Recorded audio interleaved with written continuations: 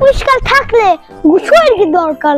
শীতকালে বিয়ে করলে গরমকালে কি বউ ফেরত দিয়া যাবে? প্রচন্ড কুয়াশায় এখন আর বিড়ি টানলে কেউ বুঝবে না। শীত ভাব একটা লোকের অভাব, বাড়ির লোকে বোঝে না জীবনটা বেদনা।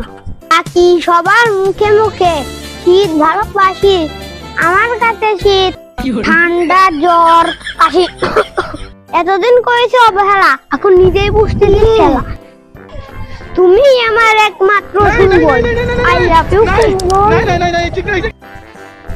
রাস্তাঘাটে বেরোতে পারি না, চারিদিকে শুধু কুয়াশা। তাই আজকে আমরা জানতে চলেছি শীতকালের সমস্যা। সুপ্রিয় দর্শক মণ্ডলী, আজকে আমরা শীতকালের সমস্যা জানতে চলেছি। চলুন দেখি।